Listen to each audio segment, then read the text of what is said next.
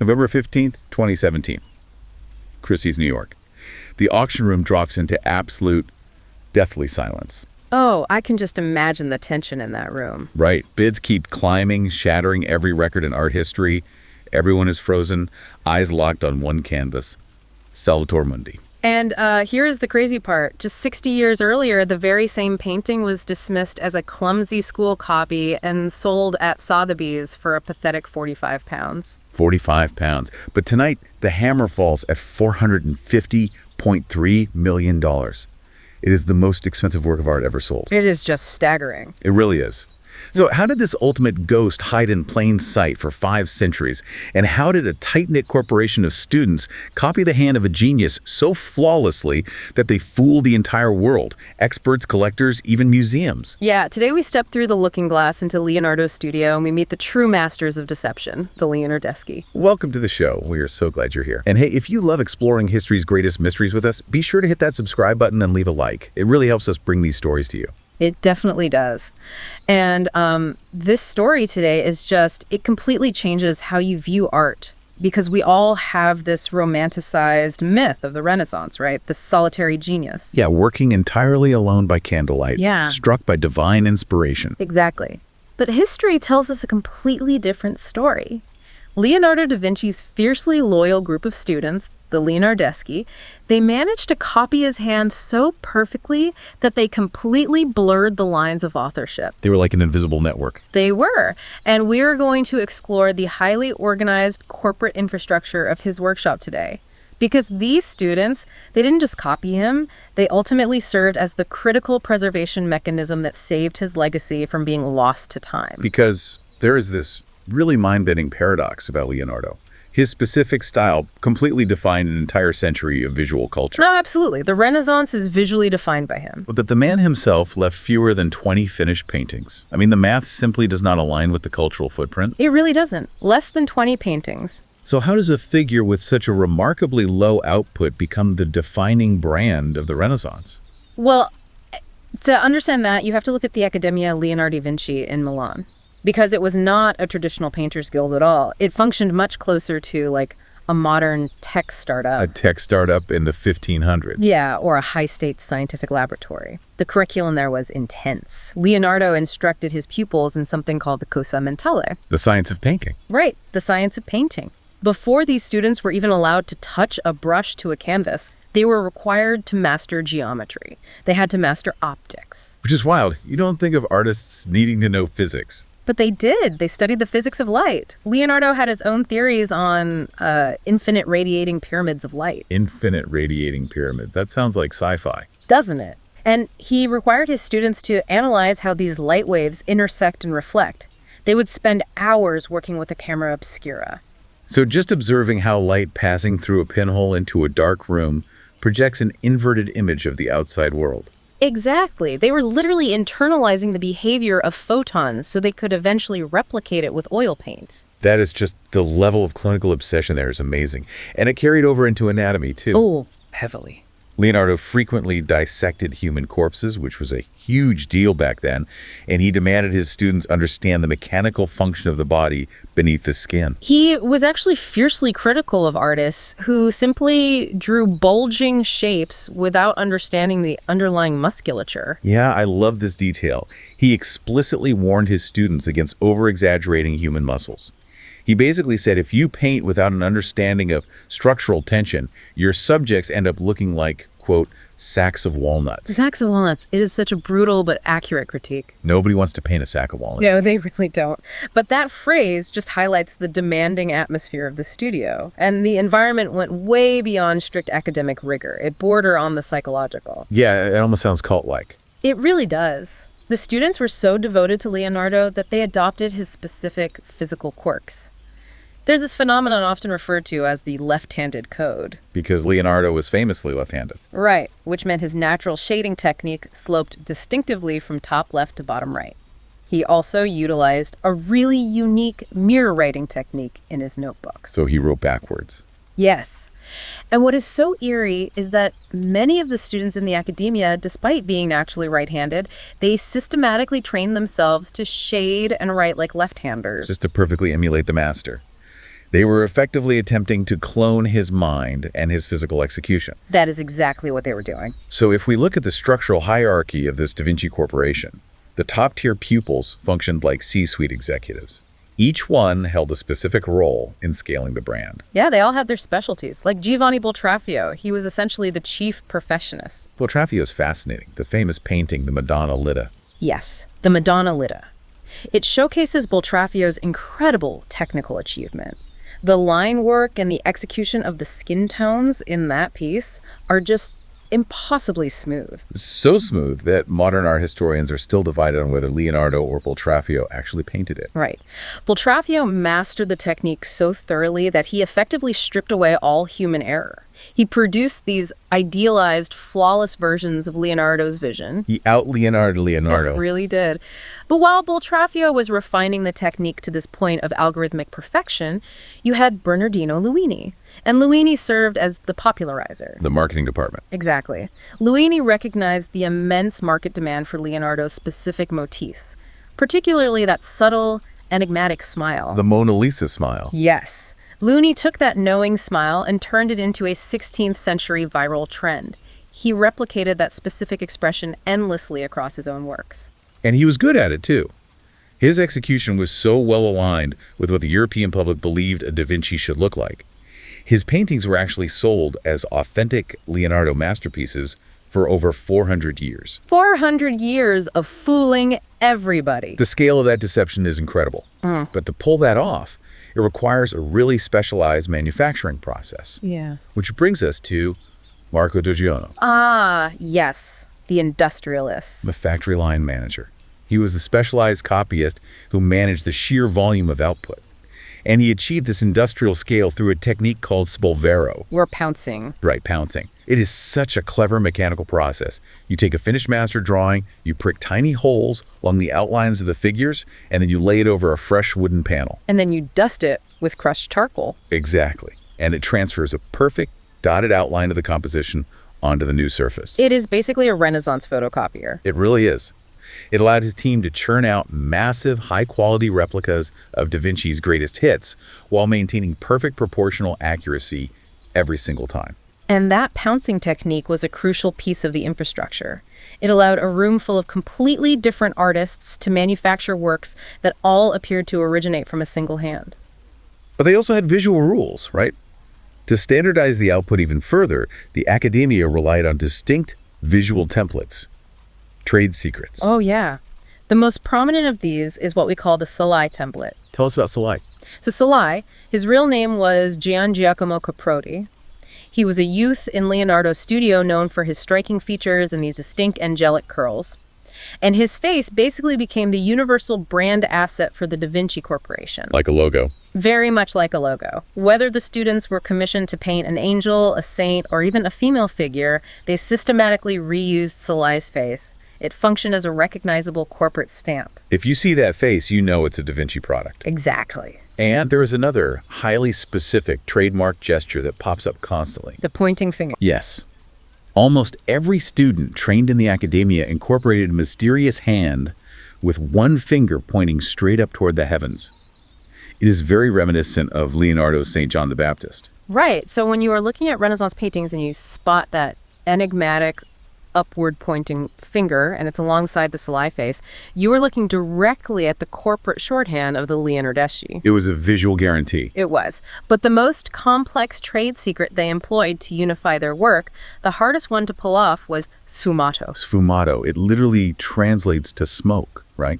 Or evaporate like smoke. Yeah. It was Leonardo's proprietary method for creating incredibly soft transitions between colors, eliminating all harsh outlines entirely. Just making it look like the subjects are emerging from a mist. Exactly. But the chemistry of this technique was insane. It required the artist to layer dozens of microscopic, highly transparent glazes of oil paint over the underpainting. So light would actually pass through these translucent layers, reflect off the surface beneath, and create that sense of depth. Right. But it was highly volatile. If a student failed to balance the oil mediums correctly, the transparent layers would just turn opaque. And ruin the whole effect. Entirely. Instead of an ethereal mist, the failed attempts resulted in heavy, dull layers that literally looked like muddy masks on the subjects' faces. So the sheer technical difficulty of sfumato meant the factory line was constantly battling quality control issues. Always. But this corporate factory-style infrastructure was an absolute necessity because the CEO was chronically distracted. Oh, Leonardo was famously distractible. There's this revealing anecdote regarding the commission of the Last Supper. So Leonardo was tasked with painting this monumental mural for the Duke of Milan, but he keeps delaying finishing the face of Christ. And the monks at the monastery are growing increasingly furious with his absences. Right, they are pacing the halls, wondering where he is, and the reason for the delay. He had become completely sidetracked by a new engineering project. He was inventing an automated mincing machine for making sausages. I love that story so much. A sausage mincer. It perfectly encapsulates the dual nature of his genius. You literally can't make it up. No, you can't. His boundless curiosity drove his innovation, but it made him an incredibly unreliable finisher of art.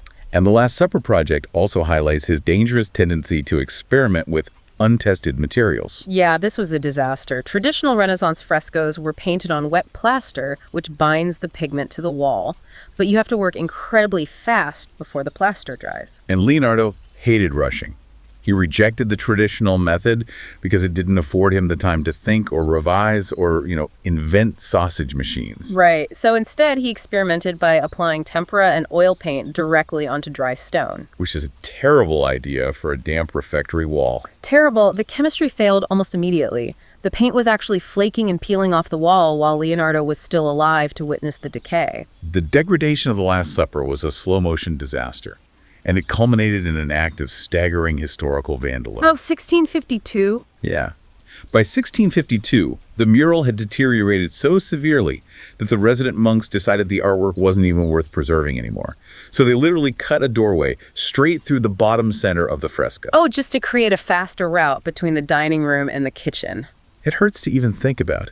In doing so, they completely destroyed the lower portion of the painting.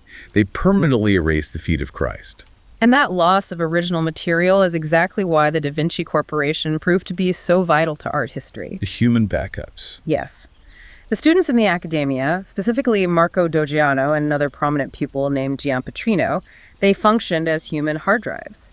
Because the workshop's infrastructure mandated the creation of full-scale, highly accurate copies of the master's work. Right. So these students had already completed industrial-scale replicas of the Last Supper early on, long before the dampness ruined the wall and way before the monks cut the doorway. The preservation of those specific details is just remarkable. If you look at Gian Pietrino's full-scale copy, which is currently housed at the Royal Academy of Arts in London, you see everything the original lost. Every single detail. Thanks to these human backups, modern historians know the exact placement of the spilled salt cellar near Judas's arm.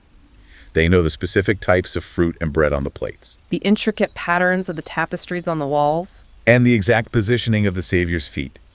The Leonardeschi weren't just scaling a brand, they were actively archiving a failing masterpiece. Which is heroic, really, but that archiving process was so effective that it introduces a massive challenge for modern art authentication. Right, because if the students mastered the Salai template, and they perfected the sfumato glazes, and they incorporated the pointing finger, and executed the left-handed shading, and utilized pouncing to guarantee proportional accuracy. How do you tell the difference? Exactly. Yeah. Distinguishing a flawless student copy from the master's own hand becomes incredibly difficult. It is the ultimate puzzle.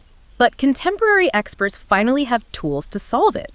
They rely on technologies that the Leonardeschi could not possibly have anticipated. X-ray imaging and infrared reflectography. Yes. They use these to peer completely beneath the visible layers of oil paint. And what they are searching for is something called pentimento. Pentimento. Oh. Which translates from Italian to repentance or a change of mind. Right. It refers to the hidden, ghostly traces of the artist altering the composition directly on the canvas during the painting process. And this creates a really fascinating paradox of perfection in the art world. Oh, the perfection paradox is my favorite part. If an X-ray of a supposed Da Vinci reveals an absolutely flawless underdrawing where the initial charcoal sketch matches the final painted layers perfectly with zero deviations, Then the piece is almost certainly a student's copy. exactly, because the student was working from a finalized corporate template, they were simply transferring the design via pouncing and filling it in like a coloring book. Conversely, a painting that is full of messy, hidden corrections beneath the surface that is a strong indicator of Leonardo's own hand. Yes. When the infrared scans reveal an arm shifted several inches to the left, or a repositioned thumb, or a completely reworked facial expression, you are seeing the chaotic, restless mind of the creator. Doubting and tweaking his work in real time. Exactly. The messy process of invention leaves a distinct, invisible signature that a copyist who is just executing a pre-approved design simply does not produce. And this brings us full circle. Back to the auction room at Christie's and the Salvator Mundi. The $450 million ghost. Yes, the restoration logs from art restorer Diane Modestini and art dealer Robert Simon describe their initial encounters with this damaged piece of wood, the one that previously sold for 45 pounds. Right. And they document the profound, almost eerie psychological impact of the painting. They specifically note the figure's intense, joyless gaze. Because unlike the engaging, pretty expressions of the student copies, this gaze did not invite the viewer in. No, it possessed a powerful hypnotic gravity that actually pulled the viewer into the canvas. But the conclusive evidence was found beneath the surface. The Pentimenti. Exactly. When the restorers subjected the Salvator Mundi to infrared reflectography, the imaging revealed that the thumb of the figure's blessing hand had originally been painted in a completely different upright position. Before being shifted to its final crossed resting place. The composition had been actively wrestled with. The presence of these ghostly corrections proved the panel was not a pristine corporate copy churned out by Marco Ducchiono's factory line. It was the messy, changing mind of the master himself, captured in the underlayers. It is just a brilliant piece of detective work, and it ultimately forces a massive reevaluation of the Leonardeschi. It really does, because throughout history, these students have frequently been dismissed. People call them mere forgers or unoriginal copyists just riding the coattails of a titan. But that assessment is fundamentally inaccurate. The academia was the essential preservation mechanism for a genius who was simply too distracted by his own boundless curiosity, his optics, his engineering projects, to reliably finish his art. Without this corporate infrastructure, Leonardo's fragile, experimental works would have decayed entirely. He would be little more than a historical myth with minimal surviving visual evidence. Just a name in old letters. The invisible network of the workshop was the critical bridge between Leonardo's fleeting ideas and permanent historical memory. And I think that applies to so many fields. Whenever you encounter the narrative of a lone genius, whether it is in classical art, modern technology, or theoretical science, the historical reality usually involves an extensive, hidden infrastructure of students, assistants, and human backups. Doing the rigorous heavy lifting. Right. They are the ones who formalize, scale, and archive those scattered flashes of brilliance. They ensure the ideas survive the creator's inevitable distractions and the degradation of time. You just do not get the lasting cultural icon without the dedicated corporate infrastructure operating in the background, which leaves you with one final thought to mull over regarding the nature of creation. Oh, this is a good one? We have seen how the Da Vinci Corporation functioned by taking a master-specific prompts. The Salai face, the sfumato technique, the left-handed shading. Right, the inputs. And using those rules to generate flawless, scalable art through a highly trained network of students. So, if the Leonardeschi operated essentially as a biological algorithm, executing a specific set of training data. Wow. Yeah. How different is the Renaissance workshop from the generative AI art models we use today? That is a wild comparison. Are modern AI prompts and machine learning algorithms simply the digital evolution of the Salai template? Think about that.